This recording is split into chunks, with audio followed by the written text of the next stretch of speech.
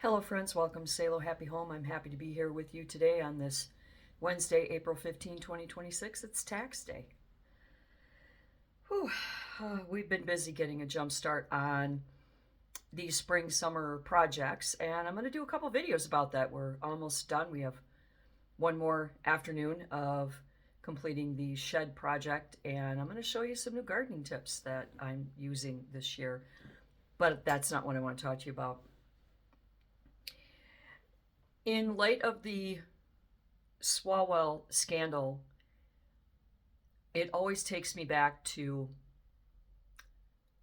the first 20 years of my life, 20 plus years, where I was a victim of domestic abuse, sexual violence. I've been open as much as I feel I can be with you here on my YouTube channel. As I've said repeatedly, this is also my personal journal and a way for me to kind of put out there human things that I've experienced in my life, because it's hard for me to be a human. I'm somebody that struggles with that. I know that sounds ridiculous, but we'll get into that another day.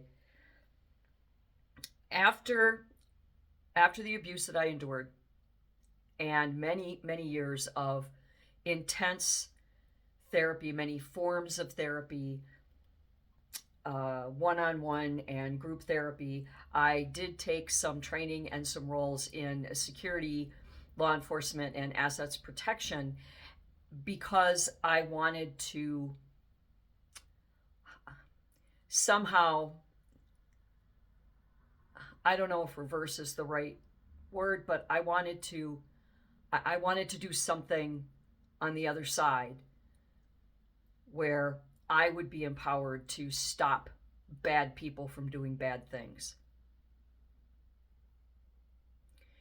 One of the things that the many trainings and certifications and licensures that I've been through in my many years of experience in these areas, one of the things that they teach you is to learn body language, voice inflection, subtle eye movements, the way you twist your mouth, etc., and all of these different subtle physical responses when talking to someone or talking about a topic with someone, in regard to situations such as this latest scandal with Eric Swalwell. They talked to the other senator, the one that's his Gallegos, I believe. Gallagher. Oh, I don't remember his name. And I was watching him very closely, and I saw some areas where he wasn't necessarily being insincere or lying in his press conference, but he was looking for a lot of attention. He kept on and on and on, a lot longer than a press conference for this type of topic really should have been, but he did this anyway.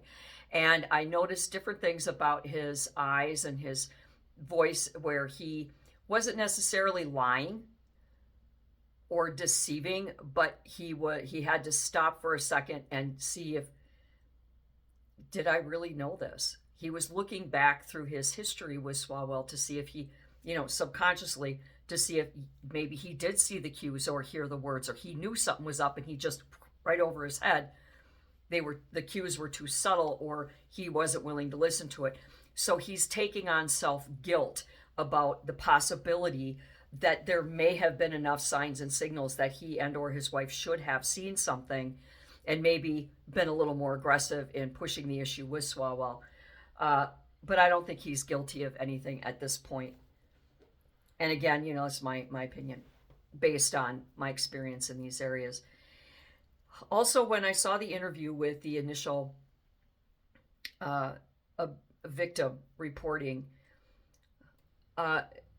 everything about her behavior and the subconscious reactions and responses that people's bodies have when they're retelling a traumatic event, all of those boxes were checked for her. There was nothing about her that appeared deceitful, that appeared false. And I believe that this might have been the time that she came out. I know everybody's suspicious. They think it's a political coup.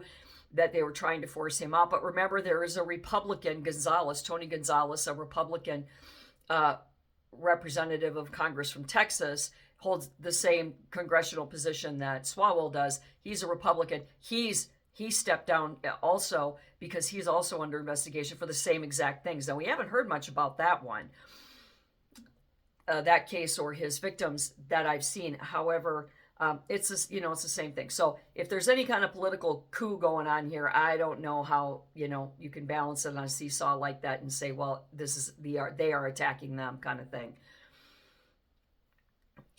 She may have come out because she realized that he had become the front runner for the governor of California, and she may have panicked.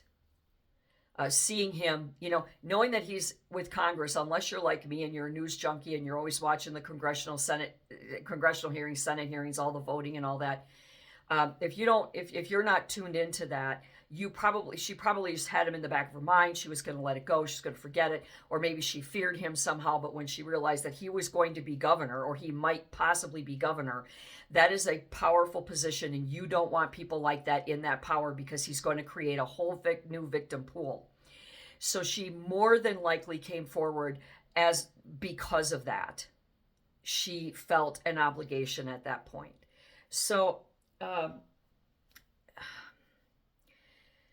the timing, I don't see any issue with the timing. Now, I have been very critical of E. Jean Carroll, and I want to be very clear here. I am critical and suspicious of E. Jean Carroll's stories, and it has nothing to do with Trump. It doesn't matter if she was allegedly molested by Trump, Biden, Clinton, Bozo the Clown, Barney the dinosaur, her uncle's brother's nephew's cousin. It doesn't matter the perp in her case. In her case, it was the timing definitely was suspicious. But again, it's so convoluted in the mind of a victim that you just can't pinpoint that and put that into those patterns, which my brain looks at patterns. She did not have the boxes checked for victim.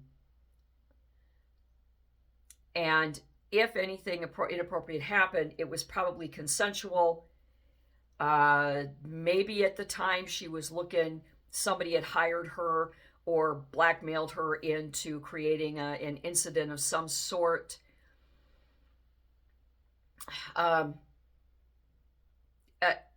There's no telling what's going on here. But she didn't check the boxes for me. And I've watched her interviews, I've listened to them, and never has she checked any boxes for me. And to say that she called her friends right after that, we're talking almost 50 years ago. It was sometime, 90s? 70s or 90s, one of the two. It was so long ago that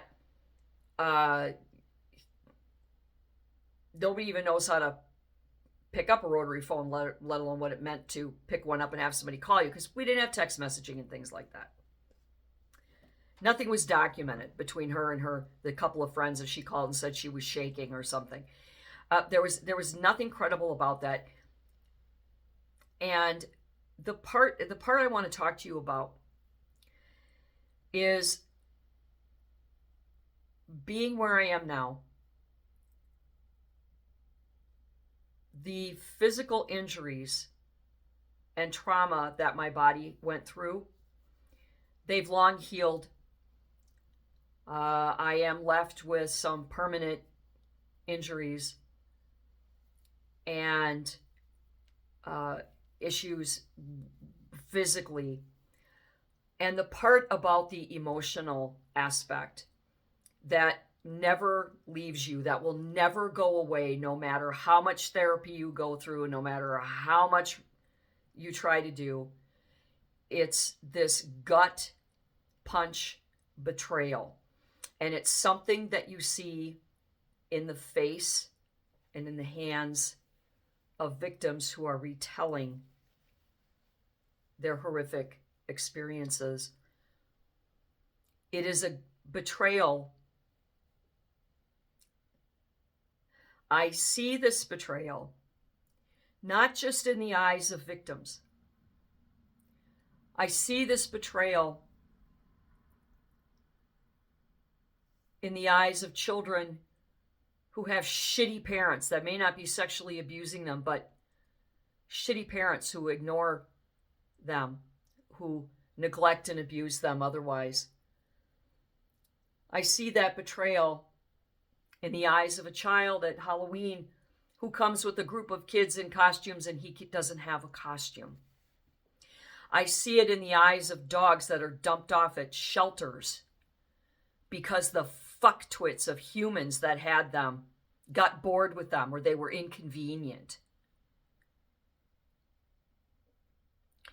When I was a vet technician for the Humane Society back in the mid 90s, we actually had a woman who had the balls to come in and dump her cat on us, a beautiful purebred cat of some sort, one of the medium hair cats. And she put down her reason was that she had her home redecorated, remodeled on the inside, and the cat's colors no longer matched with her furniture. I'm not shitting you. That's how horrible humans are. They'll stoop to that level. And I saw that betrayal in the eyes of those animals of abandonment, abuse, neglect. I had a complete emotional break. And I walked away from the job one day right after I just worked in a couple hours and I never went back. I see that betrayal in the eyes of the elderly who sit in their windows day after day and watch their neighbors living their best lives, and children, and thinking about their grandchildren who never call, their own children who might call really quick and say, "Hi, how you doing? But I'm really busy, I can't talk."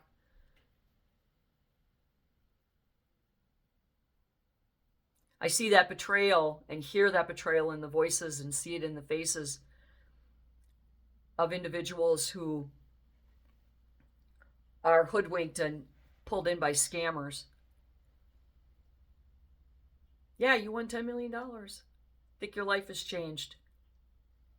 You're so down in your luck and so desperate. In the eyes of teenagers who have run away and they're living on the streets, and someone comes by and puts their arm around them and says, "Yeah, come on, let me get you something to eat." They hook them in and then start trafficking them.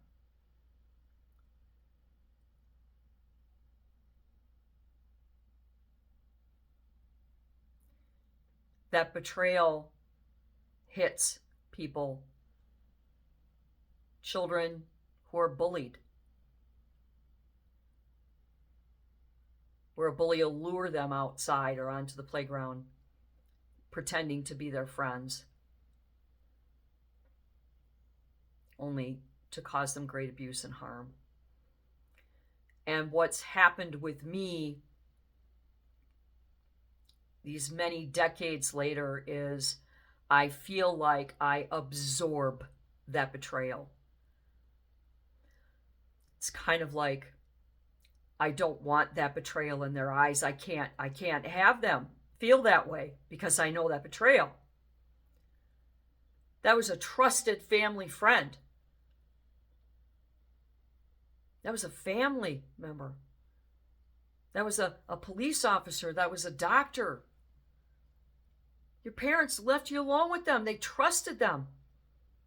They promised you fun. They promised you a safe experience, and they lied.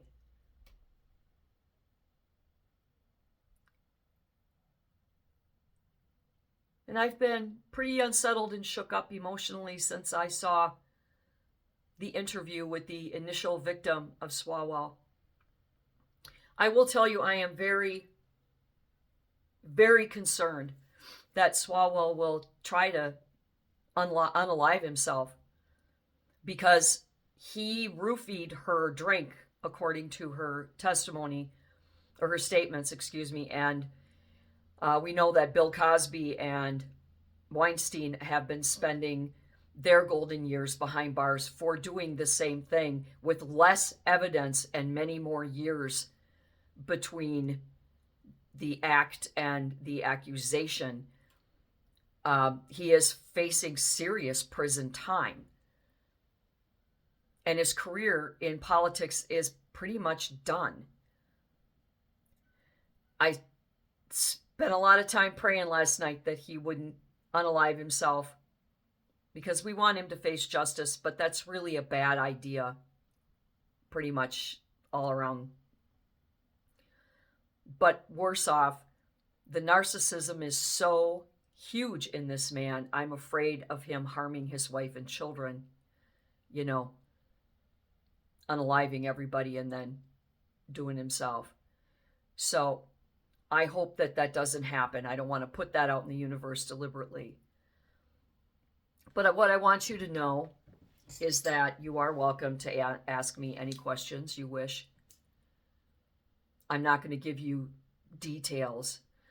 I will tell you the two primary abusers, criminals in my life. The first one got drunk and passed out with a cigarette in his hand in the 80s and burned alive because his house burned down around him and he burned alive in that fire. And the other one is in prison for life and has been since the 80s.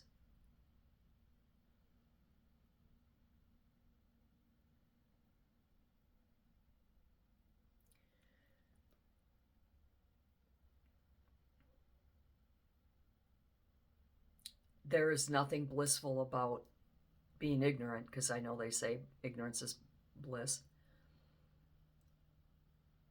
Because the reality is life is ugly. Life is messy. Humans are bad. Now, I know that, for the most part, people are basically okay.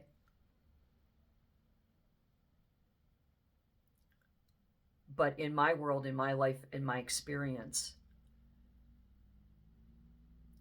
I've come to a point where I'm quite confident that I can distinguish between truth and a lie. And I'm not saying I'm an expert. I'm not saying I'm absolute. But for me and my gut, I think I can do that pretty well. And Swalwell's victim was not lying.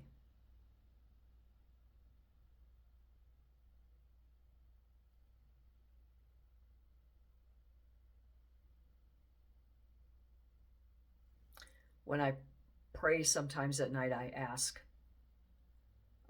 God above to just wipe my memories.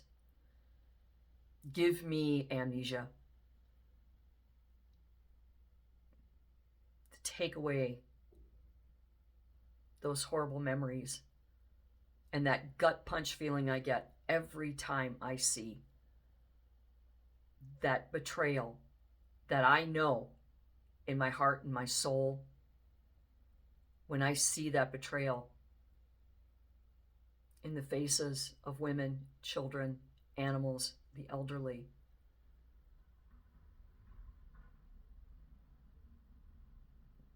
some days it's too much to bear.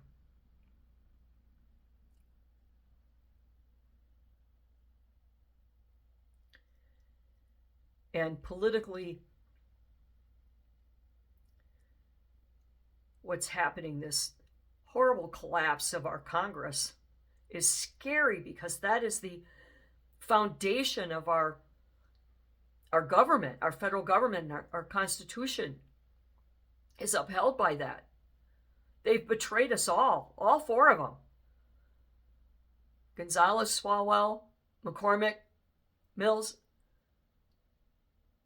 They betrayed us like never before.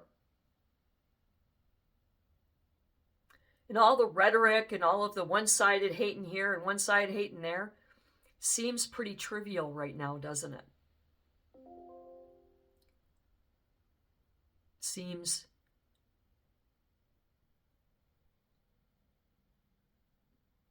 trivial. This isn't about Trump's big mouth, running off with the big mouth and saying terrible things about people that he probably shouldn't because it's not presidential. This isn't, this guy's a diptwit and, he's a crook and a criminal. This is really serious. And I think we all need to step back and realize just what's happening. Because this isn't just about Swalwell or Gonzalez or Mills or McCormick individually or collectively. This is about all of this hate is causing us to overlook what's really going on deep inside our nation right now.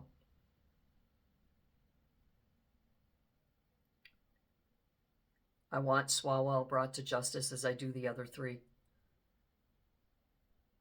But he seems to be kind of weak-minded, and I'm concerned about what path or choices he will make in the next coming months.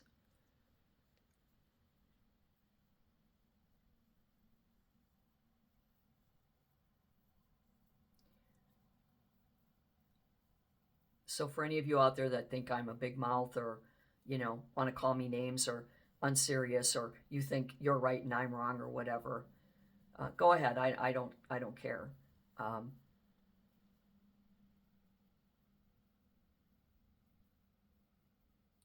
But I want you to think about that betrayal, and I want you to look at that the next time you see something off with somebody, or you think that somebody's being harmed or is being possibly abused. Be sure that you speak up. Be their champion. Let them know that they are not alone. Because I was alone through everything. I mean, like literally a half a nation away from anybody that I could talk to for many years. It's not something that people should endure alone, if at all possible. And I'm glad that his victims have strong support systems. But I'm going to go now. And I wanted to share that very deep and personal topic with you, because that is the most intense part that you can't get rid of. You can't shake the betrayal. The wounds will heal. The injuries will heal. But that betrayal will never go away. And neither will I. Till next time, do good and be good.